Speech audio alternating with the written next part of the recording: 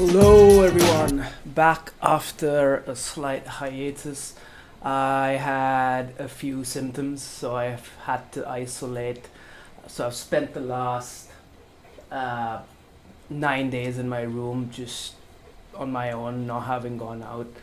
And and that's why I haven't made a few videos. So if you are one of the 4 people who have been looking out for my videos and haven't seen one, that's why.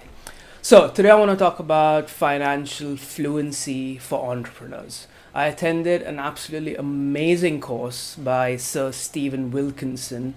Links to his website below over the weekend, and it just blew my mind. I've been part of lots of courses on all things related to finance and accounting because that's what I studied at college, and I did a master's, and I've also done my CFA. So I've been through a lot of courses by a lot of people, but Steven's course was just mind-blowing. And I want to talk about why it was that good in this video, and also why financial fluency as a concept is so important for entrepreneurs, creators, and freelancers. Basically, anyone who's doing their own thing needs to be fluent in the language of numbers, and Steven's course does an absolutely amazing job of that.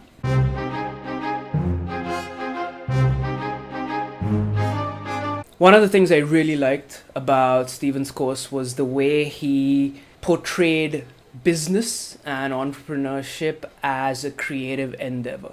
The first exercise that we did was to look at a painting, and we were split up in breakout rooms, and we were in breakout rooms of about 4 to 5 people each, and each person had to show a painting or a poem, and then we had to come up with our own interpretation of that painting or poem.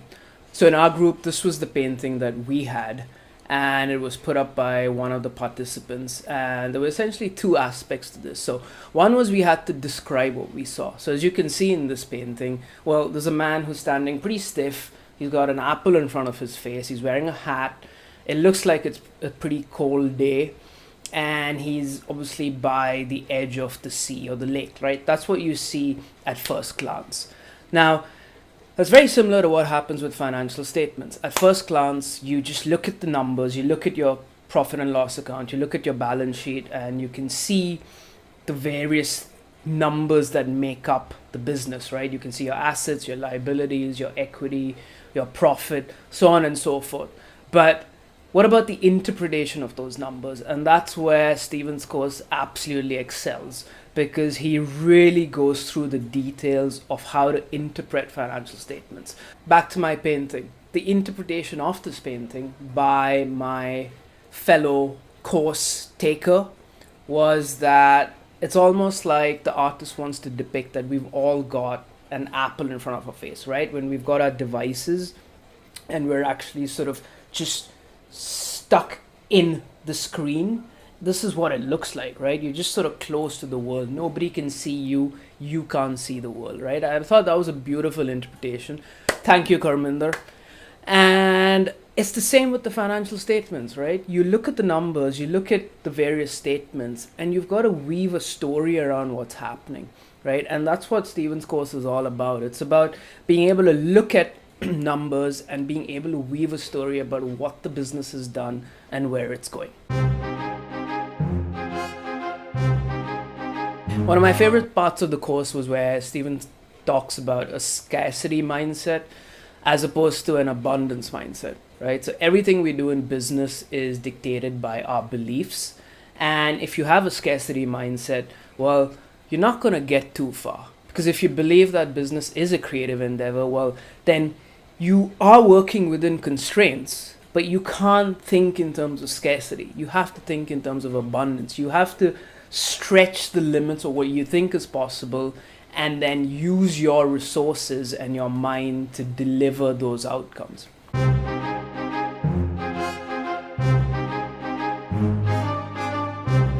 What was really cool about the way Steven explained financial statements and what goes into building statements that depict the health of the business was that he introduced what an entrepreneur does as solving a problem.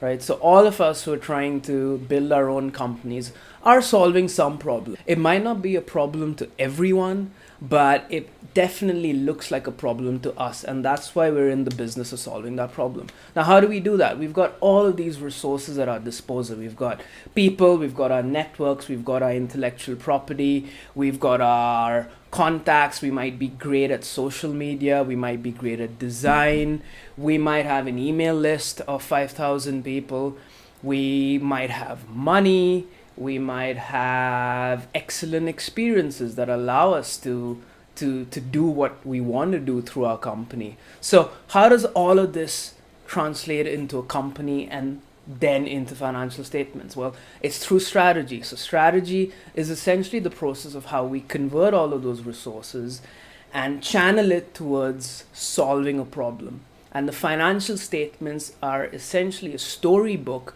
of how the entrepreneur actually goes about implementing his ideas in order to implement processes to solve a particular problem. And I thought that was just such a beautiful way of explaining what the financial statements are and what they're trying to depict.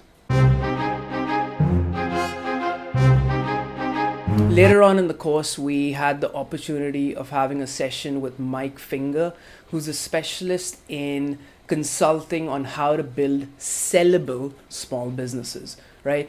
There are lots of small businesses. If you're watching this video, chances are you run a small business, but have you ever thought about whether that business is actually sellable? So Mike's session was all about how to make sure that your business can actually be sold at some point in the future.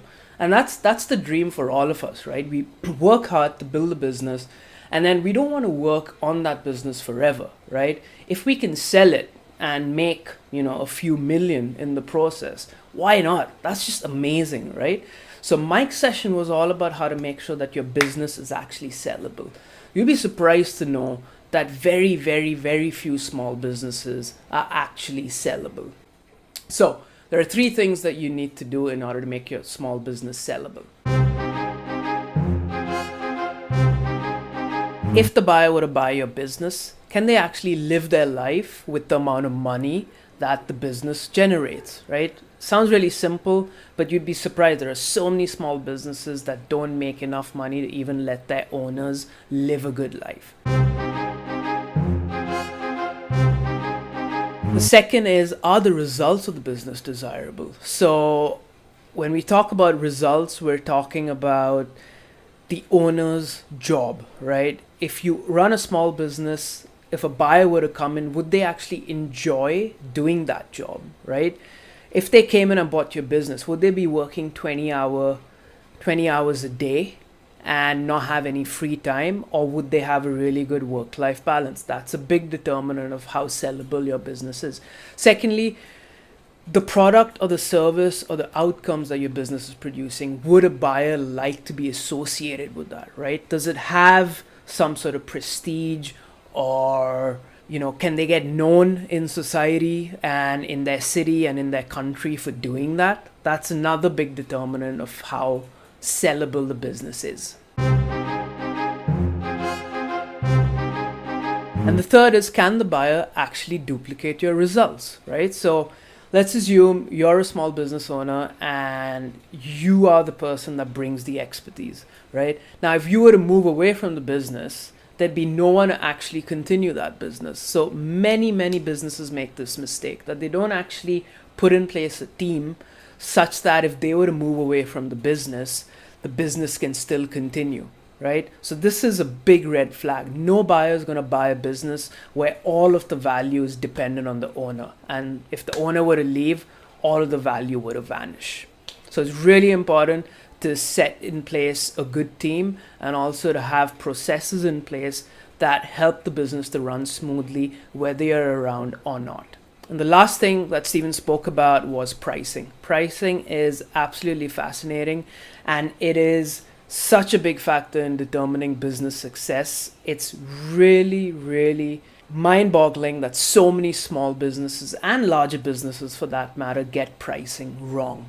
So there are 2 really important things about pricing that I took away from the course. The first is that you don't always sell more just by reducing a price. So everyone's instinctive reaction when they want to try and sell more of their product or services, oh, let me lower the price a little bit and that'll make my sales go up. Well, this hardly ever happens. If you do the math, if you reduce price by 5%, you actually need to sell 30% more in order to make the same amount of money. So it doesn't work. And leading on from that point is that you can't actually solve a marketing problem through discounts, right? So if you've got a product or service which is not selling, the chances are it's not due to the price. It's because your offer is not compelling enough. So instead of reducing price, which is really easy to do, but is going to hurt you in the long run, you're far better off working on the value that you're adding to people's lives, and also working on how you're communicating that value, because people will buy once they're convinced